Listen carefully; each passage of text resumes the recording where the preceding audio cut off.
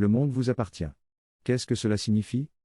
Le monde vous appartient, quand vous êtes devenu capable de marcher sur le même fil que le funambule, mais sans avoir besoin d'aucun balancier, parce que vous avez maintenant des ailes.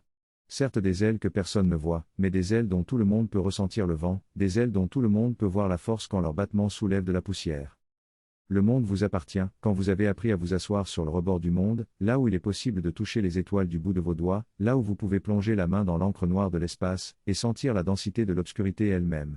Si vous pouvez rester assis là, et vous laisser remplir par la paix et par l'ivresse, sans avoir peur de l'immensité indifférente de l'espace profond. C'est que vous êtes de ceux-là qui marchent libres dans le monde. Le monde vous appartient, quand vous avez dompté les dragons et les fureurs tapis dans l'ombre de votre esprit, et quand vous êtes devenu capable de les faire asseoir devant vous, tous. Et de vous asseoir vous-même, tandis qu'ils se couchent encore pour rester dans la soumission à votre présence. Le monde vous appartient. Si vous avez maîtrisé le pouvoir et la force. Le pouvoir dans une main, comme un sceptre que vous maniez avec lenteur, mais dont le moindre mouvement commande aux forces de 1000 machines et de 1000 mains. Commande à 1000 battements de cœur, et commande le silence et la quiétude. La force dans l'autre main, celle qui est sérénité et densité, celle qui ne plie devant rien et qui se penche de son propre gré pour tendre la main et faire un pont à la fourmi. Le monde vous appartient, quand vous avez fait de vous-même un seigneur, plus qu'un prince. Sans attendre que quiconque vous sculpte un trône. Mais quand êtes-vous un seigneur?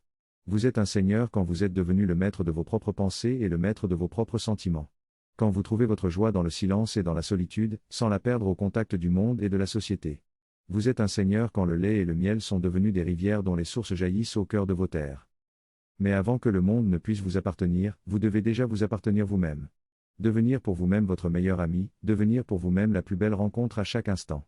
C'est-à-dire vous destiner à vous-même vos meilleurs encouragements et vos meilleurs compliments, et faire de vous-même votre plus beau projet. Car c'est dans l'accomplissement de vous-même que le monde s'offre à vous.